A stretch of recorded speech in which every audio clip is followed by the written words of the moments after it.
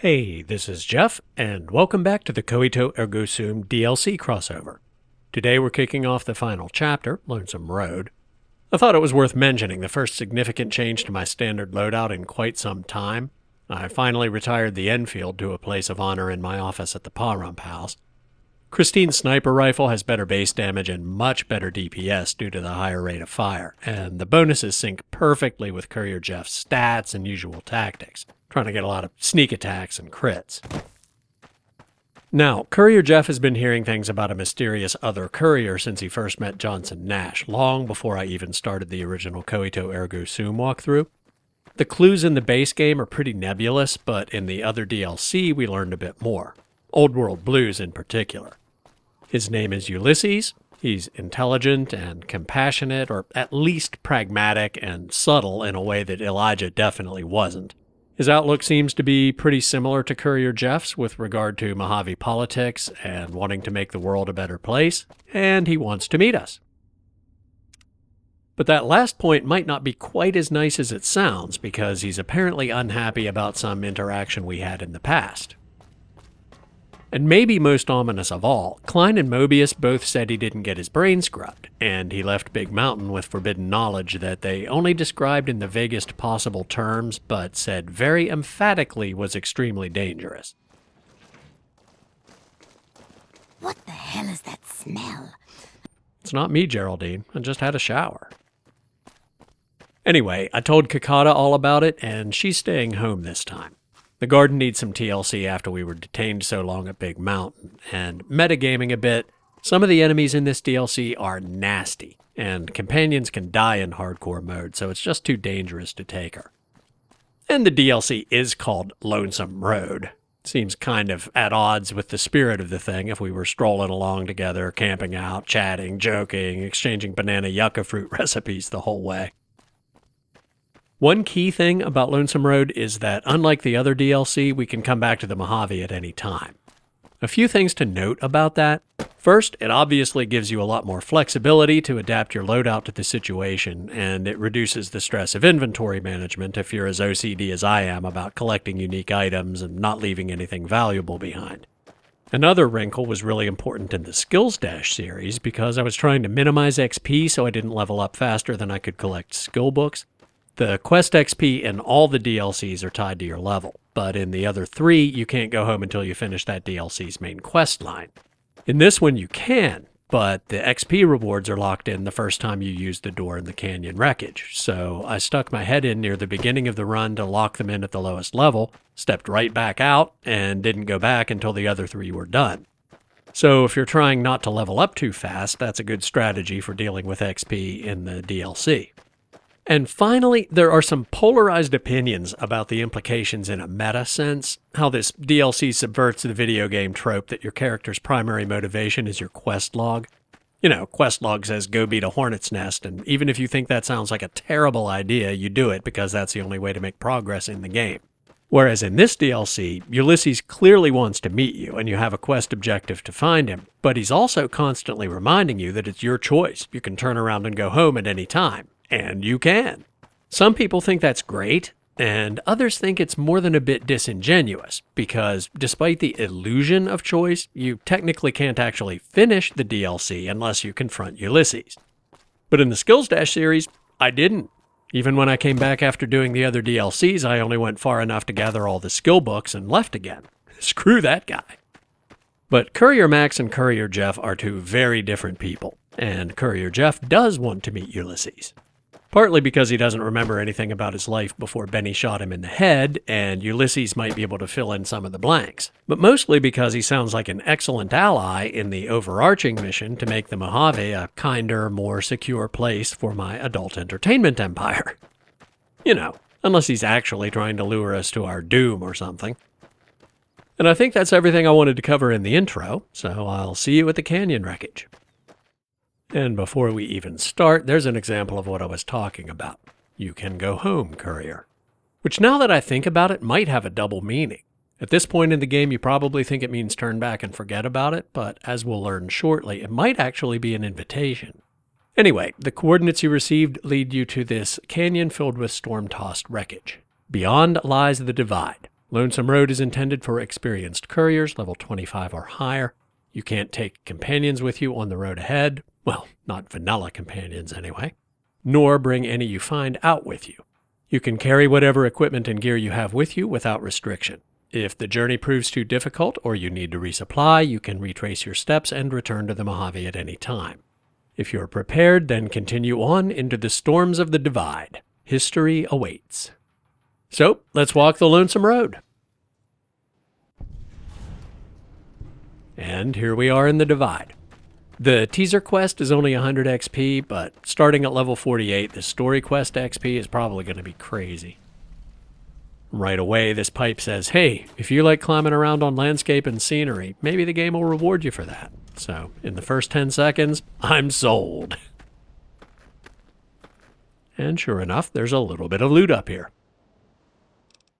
We learned in Old World Blues that the Big Mountain researchers performed weather control experiments in Hopeville that may not have turned out as well as planned, and judging from the weather down there, that might be a bit of an understatement.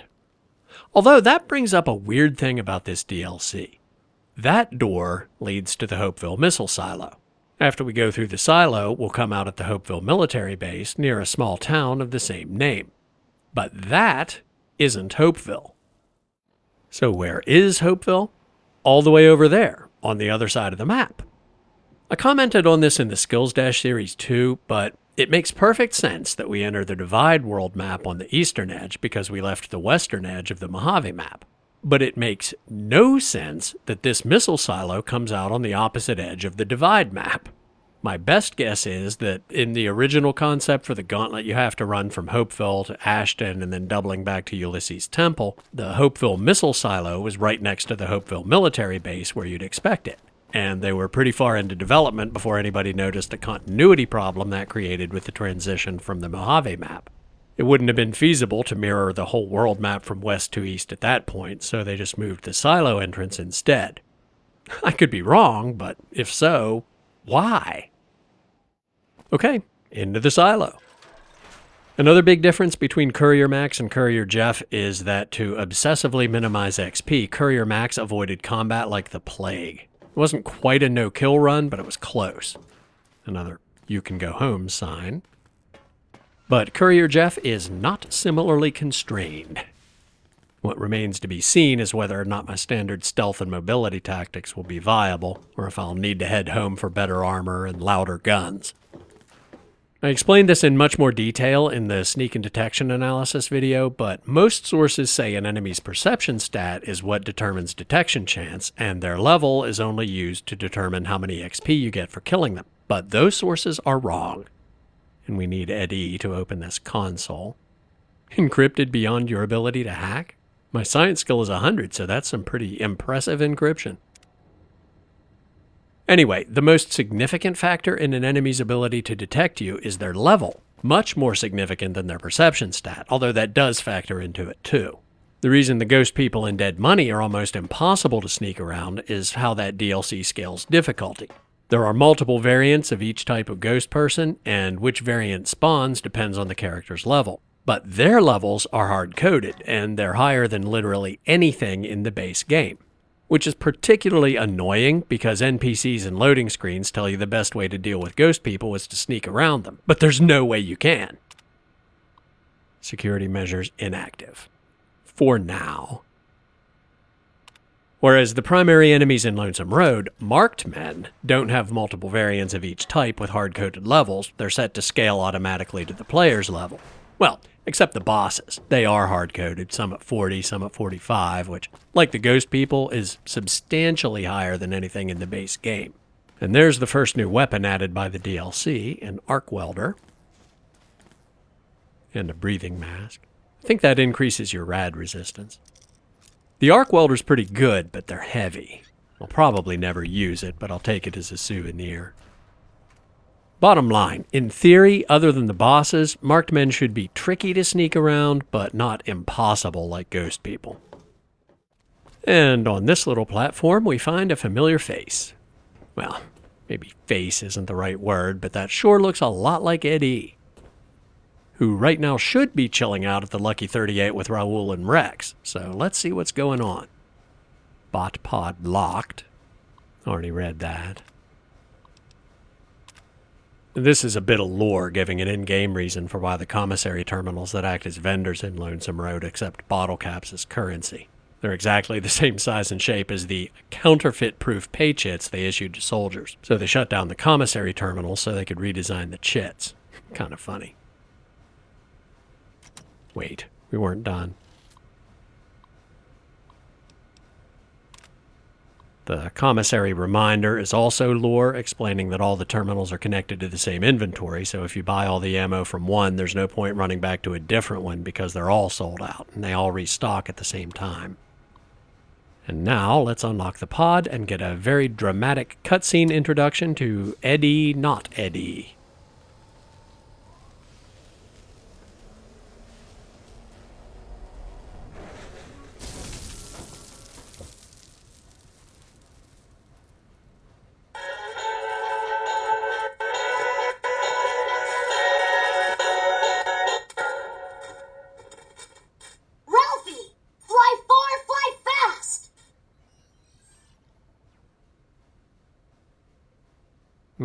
You never get the whole story by just asking, so what was that sound you played? Some kind of memory glitch?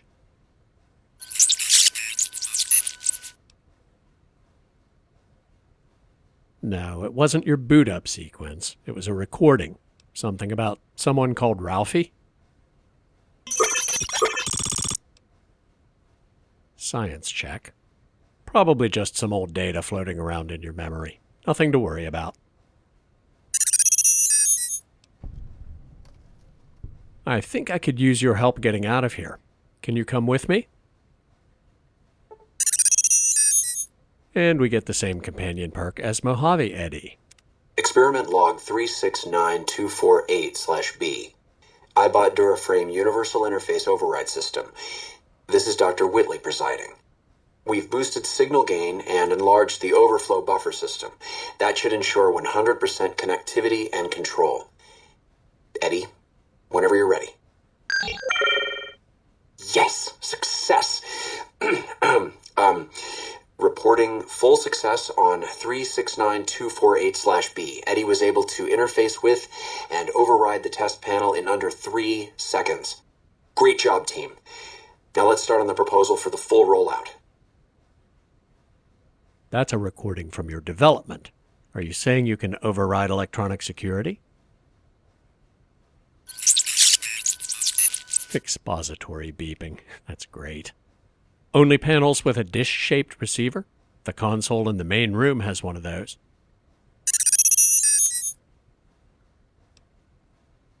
Was that the voice of your creator? What happened to him?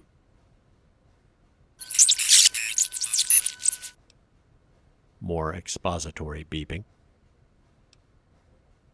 All right, let's keep moving. So right away, the game makes it clear that everything you learn from Eddie will either be revealed in audio logs or implied by your own responses. And yes, he is going to unlock the commissary.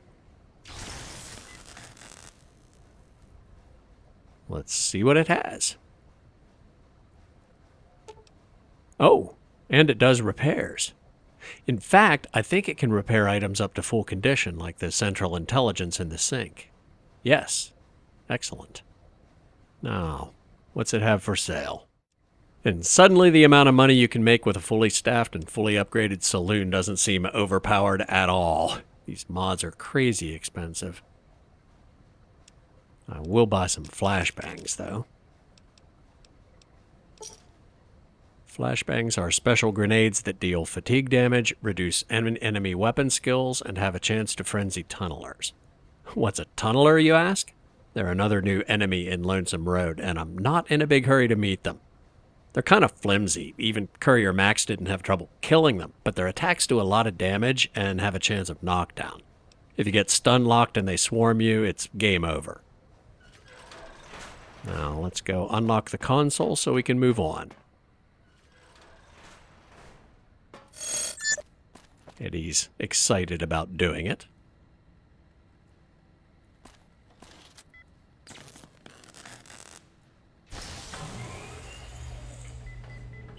And now we can restore the power.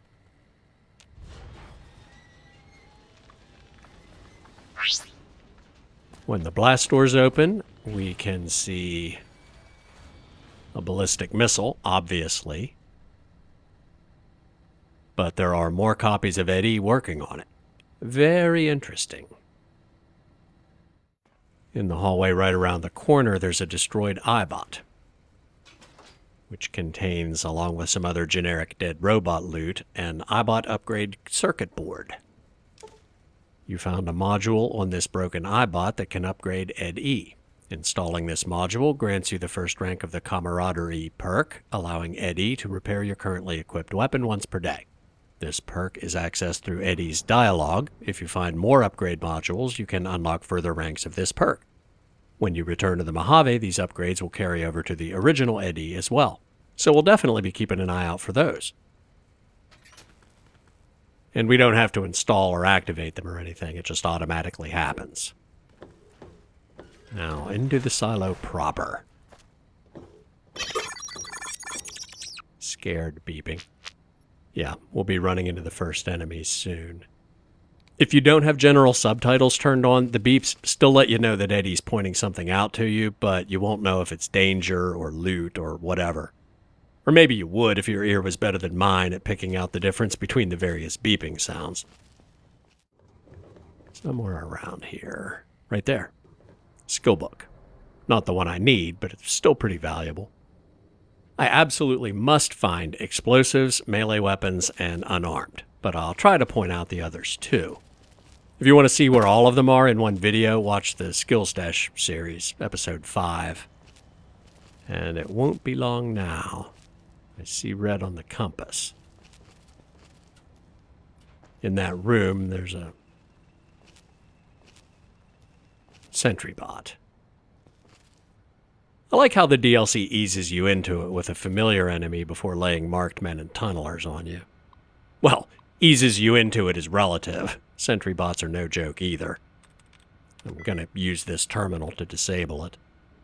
Courier Max didn't want the XP for hacking, so he just hid in a corner until the coast was clear and bolted. There we go. Now, deactivate second level robot security, and we should be able to explore the area in peace. Eddie, is that beeping you? He's maintenance, not security. I didn't just disable him too. Well, he'll catch up. He rubber bands to you when you need him to open something, even if you told him to wait somewhere. Here's a little foreshadowing, a schematic for a rocket launcher that doesn't look like the standard missile launcher from the base game. Wonder if we'll be finding one of those later. Spoiler warning, we will. A little more foreshadowing, a dead marked man. Kind of like a ghoul, but kind of not. Money, doctor's bag, stim pack. I'll take it. And another one over here. Marked man Ravager. Marked scout armor. It's a DLC item, so I'll want one as a souvenir, but I'm not going to take it right now. Looks like Eddie still hasn't caught up, but he will when we get to the next console, which is right up here in that room. And I believe we can repair the terminal, which should let us hack security turrets. And they can help with the sentry bots. Analysis. Red. Weapons free. Non-combatants are Ow. advised to stand clear of weapons discharge. I'm surprised that missile didn't hurt worse.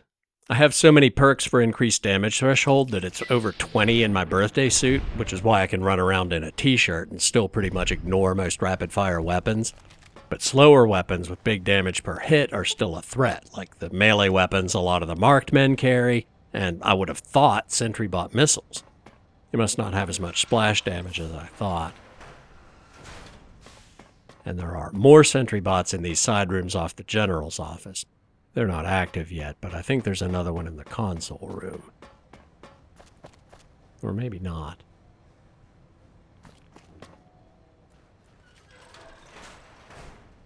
dead one.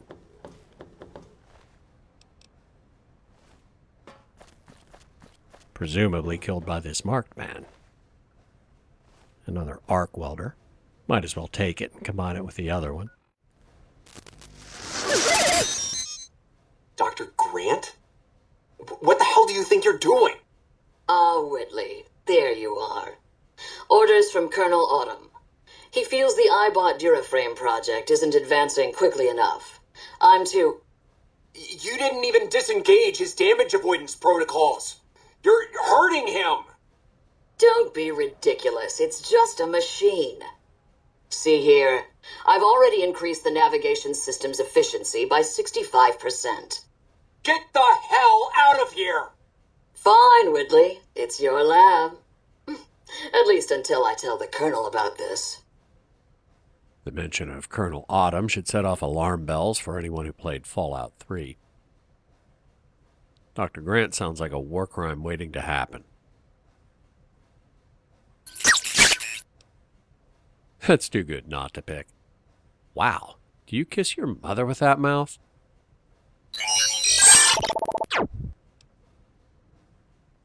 It sounds like Dr. Whitley really cared about you.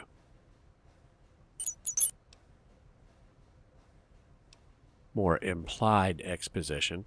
Who's General Winters? The recording only mentioned a Colonel Autumn.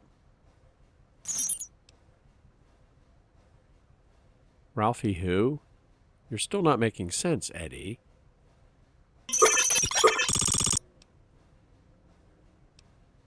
That's a terrible story, Eddie, but we should get moving. And now he should unlock the console. Yeah, excited beeping. He's on it. Skill magazine, stim pack, more meds. You gonna unlock this? Or did you do it already? No, I need to get the security codes from the General's office and upload them to Eddie first. There's the General. He doesn't have the codes, but I will take his outfit. Yeah, the codes are in his desk. Now Eddie should be able to unlock the console. Oh, crap. I got distracted talking to Eddie and forgot to go to the General's office and disable the sentry bots. Don't do it yet. Oh, I heard him start. I'm not sure if the sentry bots activate after he's done, in which case I might have made it in the nick of time, or as soon as he starts, in which case we're going to have a fight on our hands.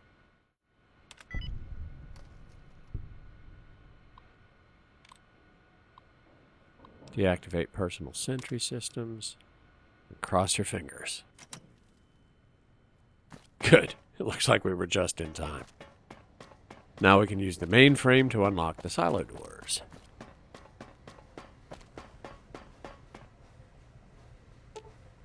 Open the silo's bunker doors. And there are probably some more robots out there. But the turrets are still on our side.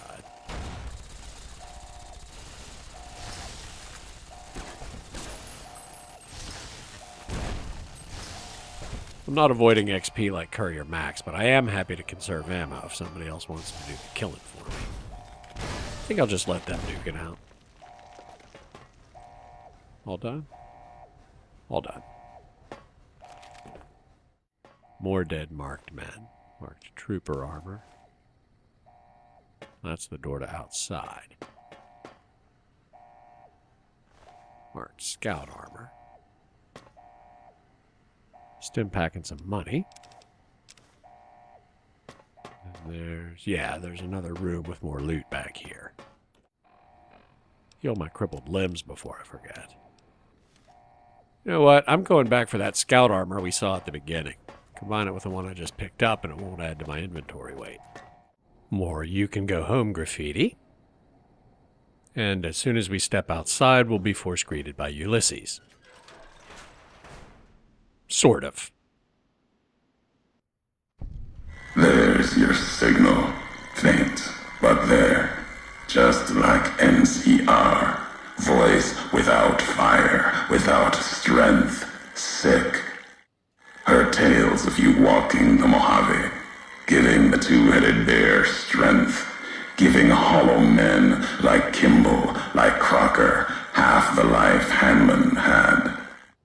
Now, let's test that strength, that conviction, Courier.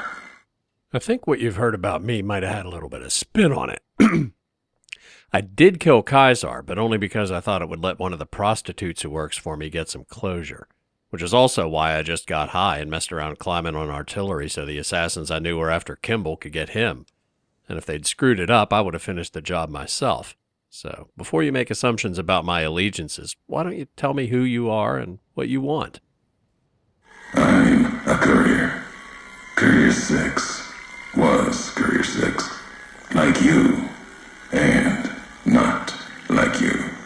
In all the ways that matter. Spent too many years looking for you. Now letting you come to me. Thought carrying that ship would end you. No. You got lives in you. Heart to kill. Storms, bullets, sand and wind. Yet still you walk. For now. Perception check. We've never spoken before. I'd remember your voice. Because it's a great voice. Words are the only way couriers meet. Sometimes it's the paths we walk. But no, we've never spoken before now. You may not know my voice, but we've walked the same places. The long 15 to Prim. That wasn't the only road you ever walked. I've been to your home, the place you kept returning to. May not be the place you were born, was the place you gave life to. Same thing. People forget couriers can keep communities alive until the day they're gone and their breath catches in their throat.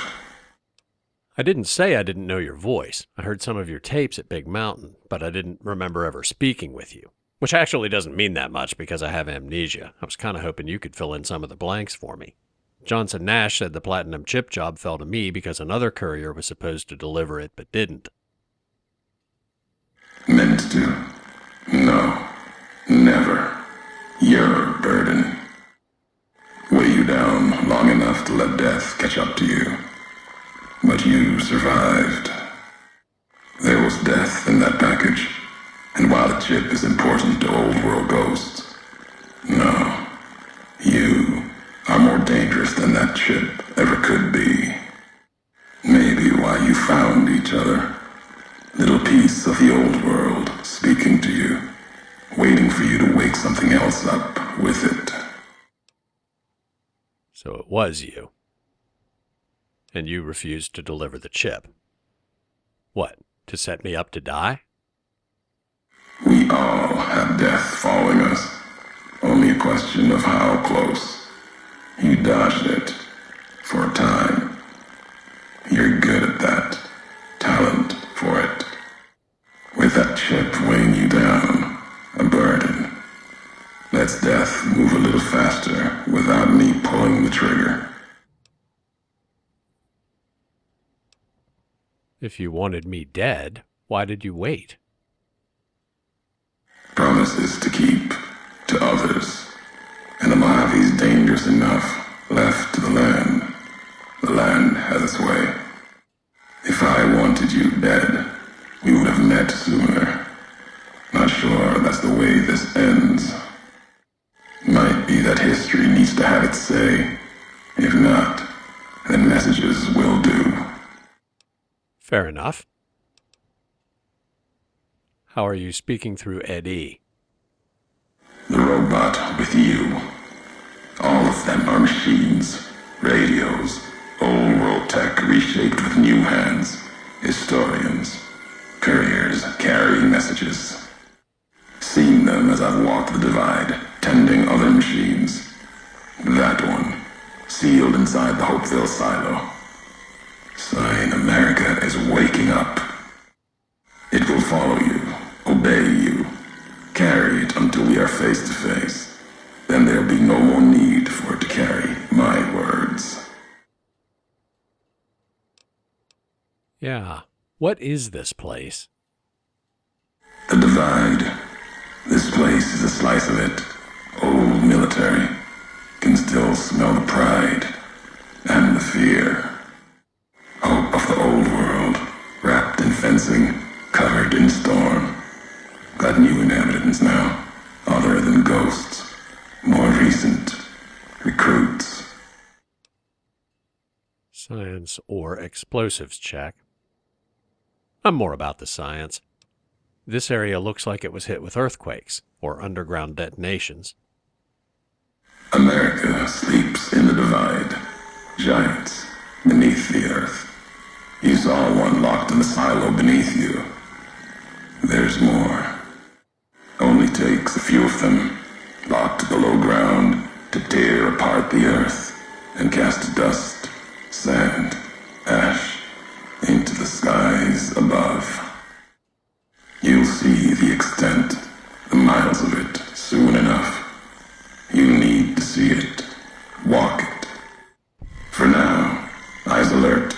Watch the streets below. There's still life in the Divide.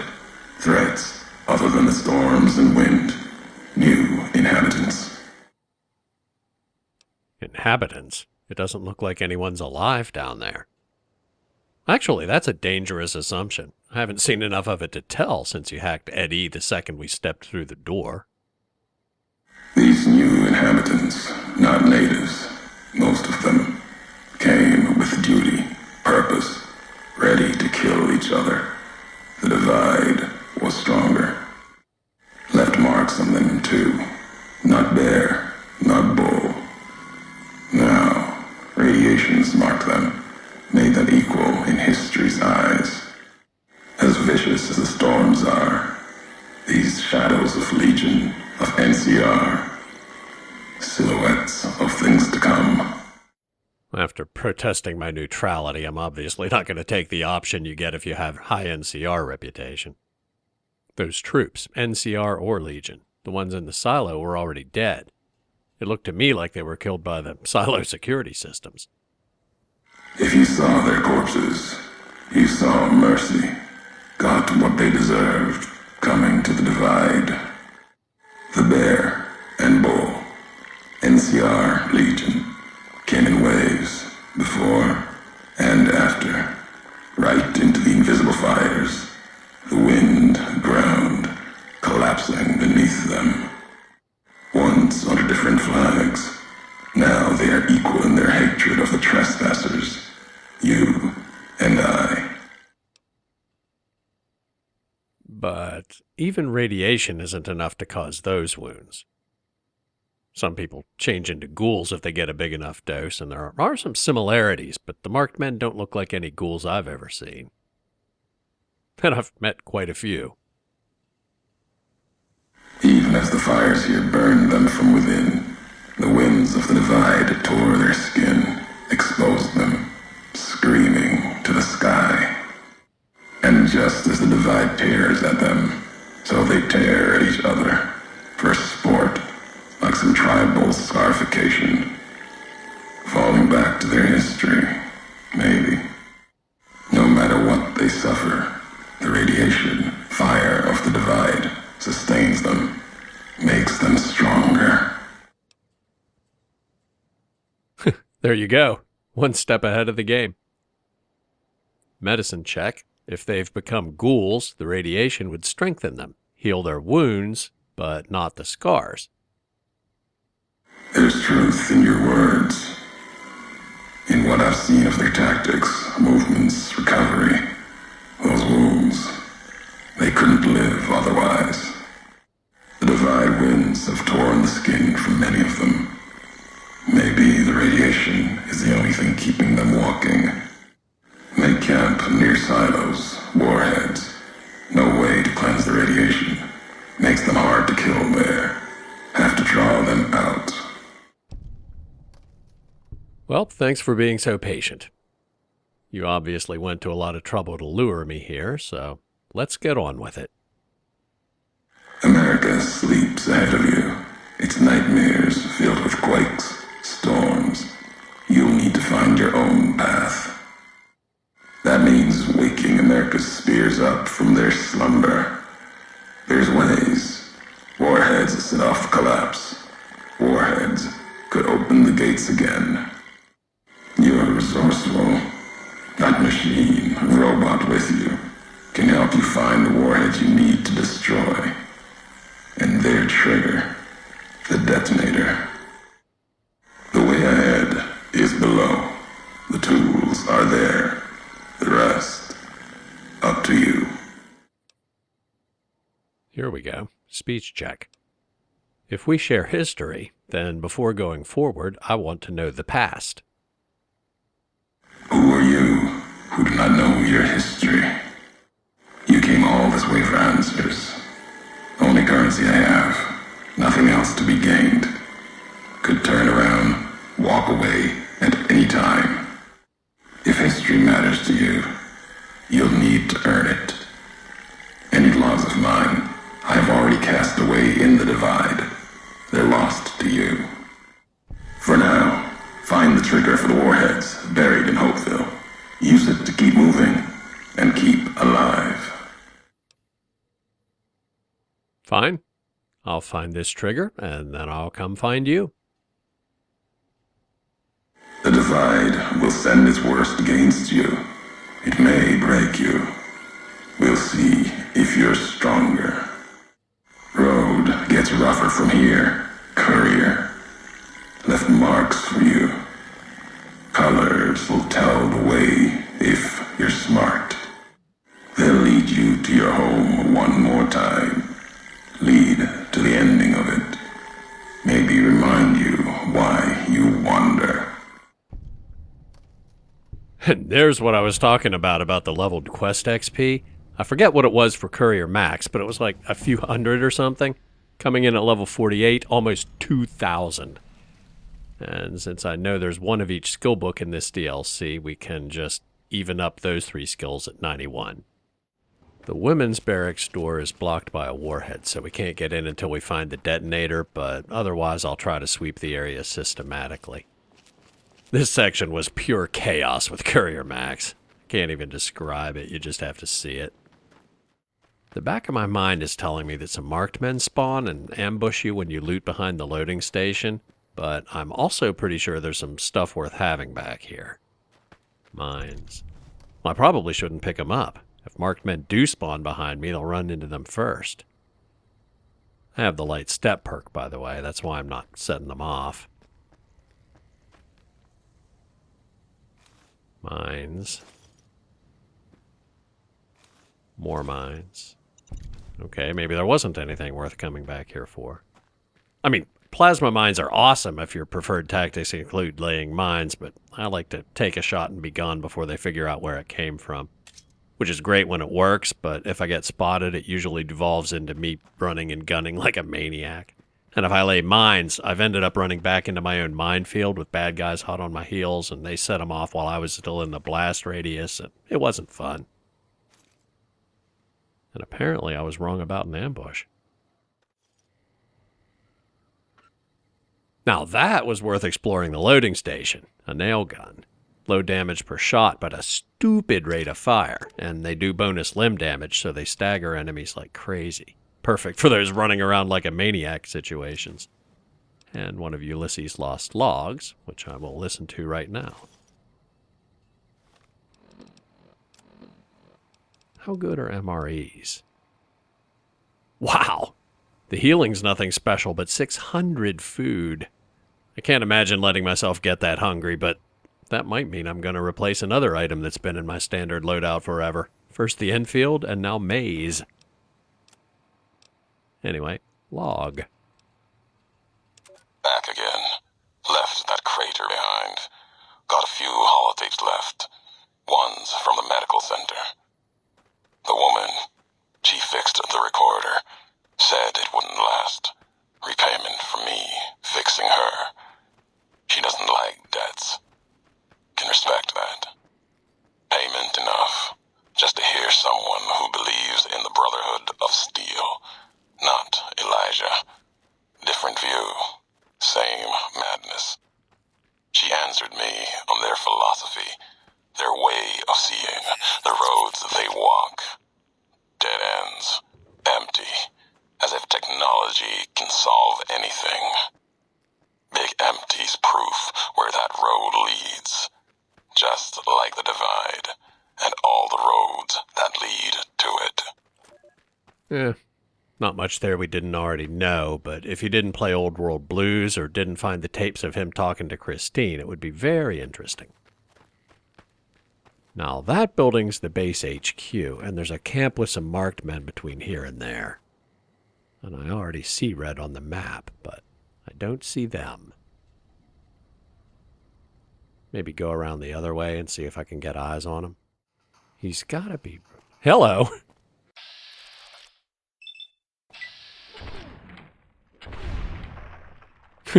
Has sniper rifle, shoots enemies from 5 feet away.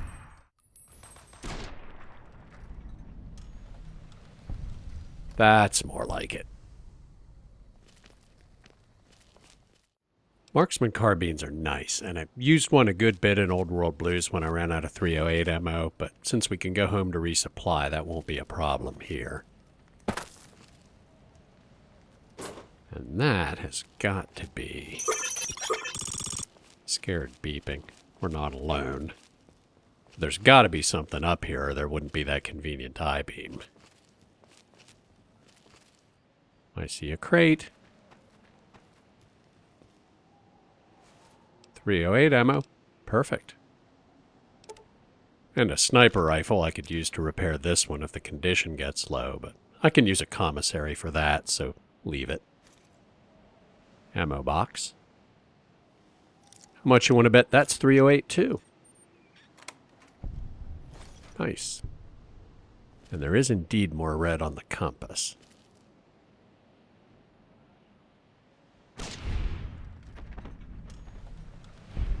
And another one over there, but I don't see anything. That first guy had a 12.7mm SMG, so these guys definitely have elite gear. Not that scary with my damage threshold, but still. I know you're there. He might be behind the building, but give him a minute, he might wander into view.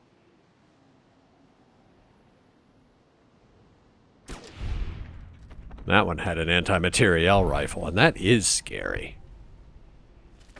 More 308? Nope. Rockets. I spent a lot of time on this roof in the Skills Dash series because the marked men had a hard time pathing up here. Which I had to do because I went into the HQ building like 3 times trying to pick up a skill book that's in there and kept picking up every book in the building except the one I wanted. Marked men were chasing me everywhere.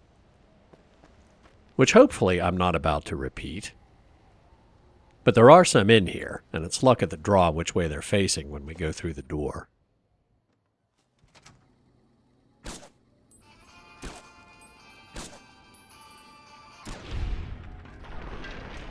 Not missing twice would also be helpful in that regard. Where is he? There's no second floor to this building, I don't think. Eddie, you doing okay? There he is. Kill cam, so just the 2. I think Courier Max's problem was that some of the ones outside also followed him in here, and it was a major cluster around the bookshelf. Another destroyed iBot under the desk. Circuit board. Camaraderie perk rank 2. Eddie can manufacture energy cells or microfusion cells once per day. Very nice. 44 Magnum revolver. You know, call me crazy, but I don't think I have one of those. And more importantly, the Armory access codes. Which, sorry I keep talking about the Skills Dash series. This would have saved a few XP because the lock on the Armory is very hard, and this safe is only hard. But Courier Max had a hard enough time just getting the book. There's no way he could have gotten this. But I'll take it just to avoid the risk of breaking another lockpick. An advanced auto-dock like the ones at the Sierra Madre and Big Mountain. Rads, hit points, crippled limbs, and even cures addiction. Well, I'm here, why not? And Eddie unlocked the commissary. I know I've picked up some stuff I'm not going to keep, so might as well sell it. Here's the infamous bookshelf. The skill book is pretty easy to spot when you don't have 5 marked men wailing on you. Energy weapons. Not one of the ones I need, but that's where it is. There's the armory. Like I said, very hard lock, but with the codes, no problem.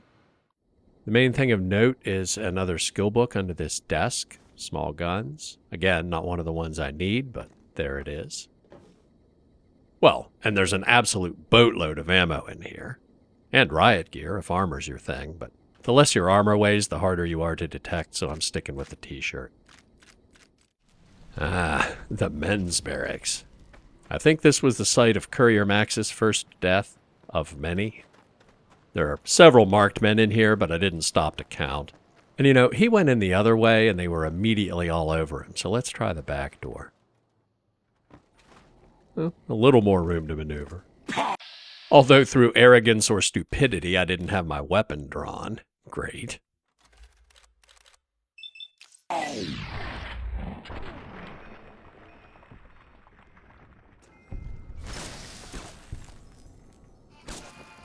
You missed me.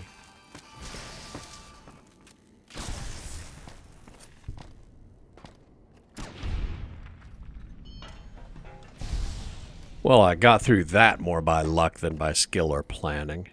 My damage threshold isn't good enough to stand up to those melee guys for long, and if they actually hit, they have a high knockdown chance. So it's like what I said about the tunnelers. If you get knocked down in a group of them, you're dead. And apparently there's a commissary terminal in here that Eddie just unlocked. Max's MO was grab the book and run, so there might be all kinds of good stuff in here that he missed. Thermic lance. Ignores damage threshold and damage resistance. Very glad I didn't get hit with that. And in the bathroom under the crate, here's the skill book. Lockpick. Starting to sound like a broken record. Don't need it, but there it is if you do. Alright, can't get through down by the barracks until we detonate that warhead, so we have to go past the HQ building. If you can't or don't want to pick the lock on that gate, you can go over the roof. Sneaky beeping. Okay. And ammo. Sorry, what was I starting to say before I got distracted by looting? This is a one-way trip until we get the detonator and blow up the warhead, and I don't think the marked men spawn until you're down in the street, so you can't pick them off ahead of time. Which is annoying, but fair. Ulysses said they're hate-fueled murder machines. He didn't say they're stupid. So, here we go.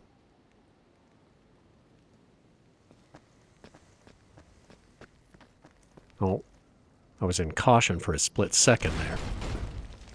Still hidden, so that's just blind fire. There he is. Nice dramatic death. Eddie, I'm going to give you the benefit of the doubt and assume you were putting yourself between me and the danger, which is very noble, but if you don't want to get hit by friendly fire, don't do that anymore, okay? And the detonator is up in this building where the rocket launcher guy was. A flag. Yeah, I forgot to comment after Ulysses mentioned it, but we now have confirmation of what we speculated in Old World Blues, that he's the one who left them.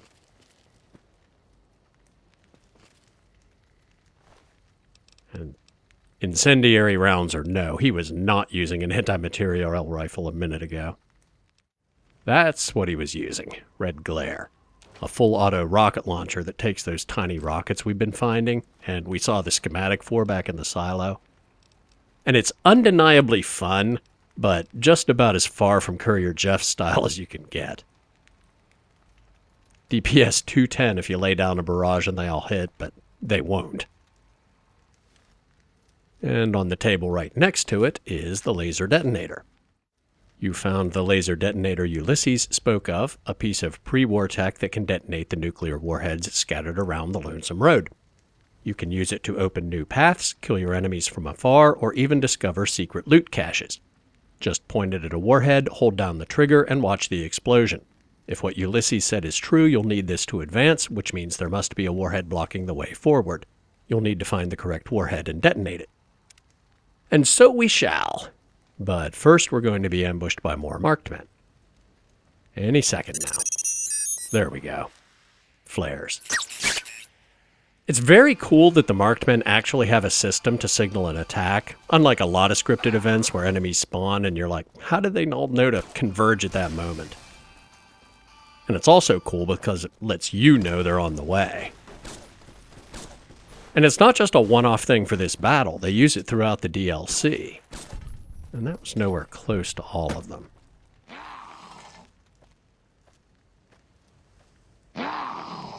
Come on. You know where I am. Grenade. Continuing the they're not stupid theme, they decided to flush me out instead of walking up into my shooting gallery. Ow. Do I not have Stimpaks hotkeyed?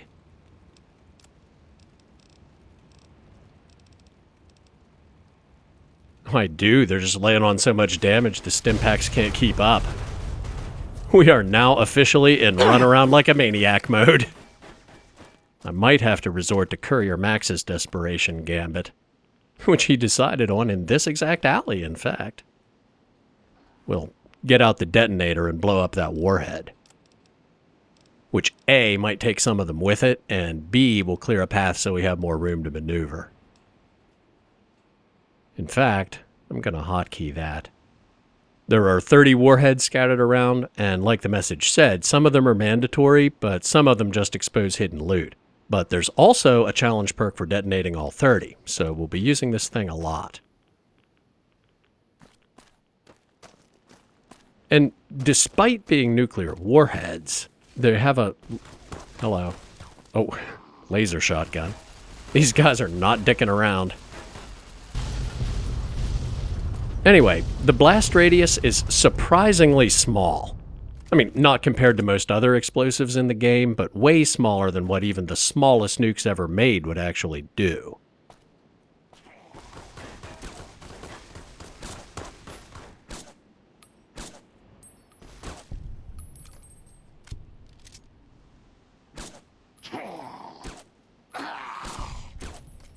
Oh, another grenade. Arms crippled.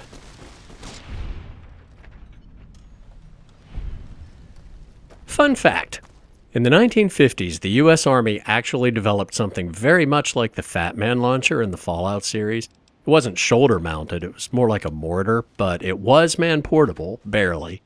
And the main reason they never deployed it, other than cost, they just couldn't lob the nuke far enough for it to be safe for the person firing it. And I am not making that up. If you don't believe me, Google Davy Crockett weapon system. And if you ever pondered Fallout lore and how pre-war attitudes are portrayed and thought, people in the real world were never really that crazy, right? Oh no, they definitely were. But my point is just that the warheads in Lonesome Road don't even have the force of a conventional bomb that size, much less a nuke. My headcanon is that the detonator just sets off the compression charge in the warhead, but either by design or from age, the fissile material doesn't reach critical mass, so it's basically like a dirty bomb and not an actual nuclear explosion. Now, the way forward is behind those buildings, and we just have to run down to the end of the street and turn left. In fact, I think we can get to it from this little plaza right here.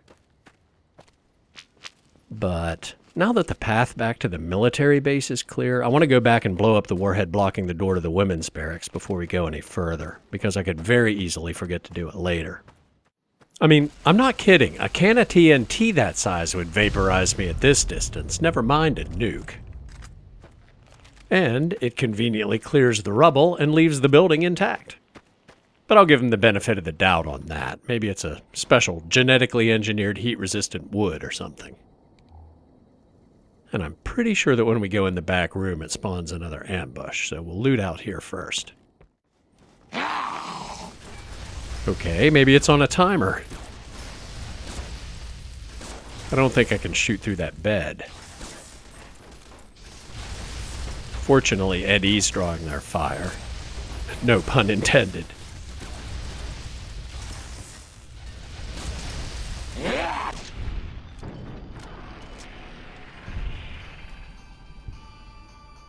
Shoulder-mounted machine gun. I want it, but I'm almost at the encumbrance limit. I'm gonna leave it. And if it despawns, there'll be more later. And it looks like you had, yes, heavy incinerator. I think those are in the New Vegas base game, you just don't see them very often. I know they weren't in Fallout 3 until Broken Steel added them. Either way, not really Courier Jeff's cup of tea. And the skill book is in the back room. Make sure those two weren't a coincidence and the real ambush hasn't spawned yet. And somebody must have knocked this book down, because normally when you come in, it's on top of the skill book like this, and it's really easy to miss. I'm glad they didn't knock the skill book out of bounds, because this actually is one of the ones I need, melee weapons. In fact, I'm going to read that right now. Grognak the Barbarian. Melee weapons up by 4. Perfect. Since I'm literally 1 pound below my encumbrance limit and already having to leave things I want, I'm going to go home and stash some loot. And I don't want to beat a dead horse, but yes, I do. This is the entrance to the Hopeville missile silo, right? And we're as close as you can get to the western edge of the map. The other door to the Hopeville silo, where we'll come out, is over here, on the eastern edge. Now, maybe, just maybe, that wasn't a last-minute fix for a continuity error they realized too late to do anything about. Maybe this facility is supposed to be a vast network of miles and miles of tunnels under the entire region, and somehow they survived the underground detonations Ulysses told us about. So let's walk it off. Right now, we're still heading further west, north a little ways.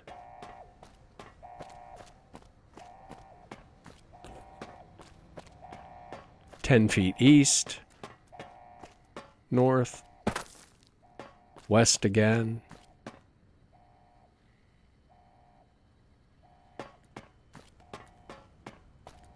Go around the missile.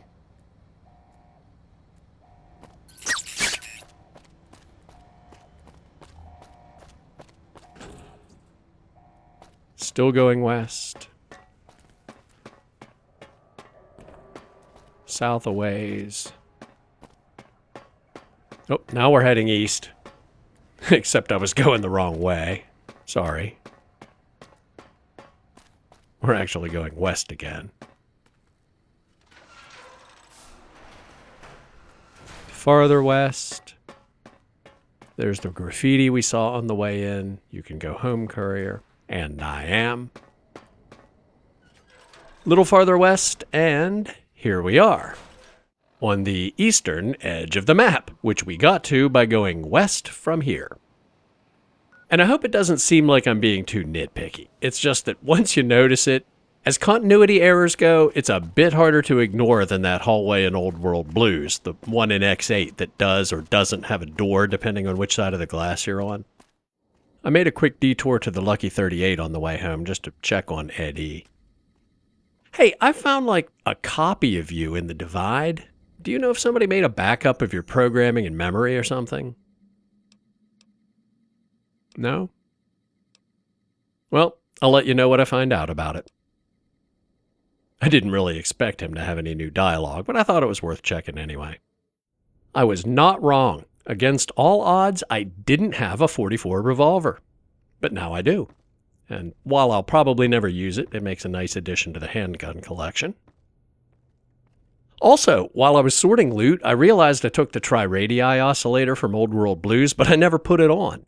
I don't usually wear it when I'm just puttering around the house, but I put it on now so I don't forget it again. Well, apparently that's where I used to live, and he wants me to meet him there and have a chat, but he wouldn't go into specifics over the radio.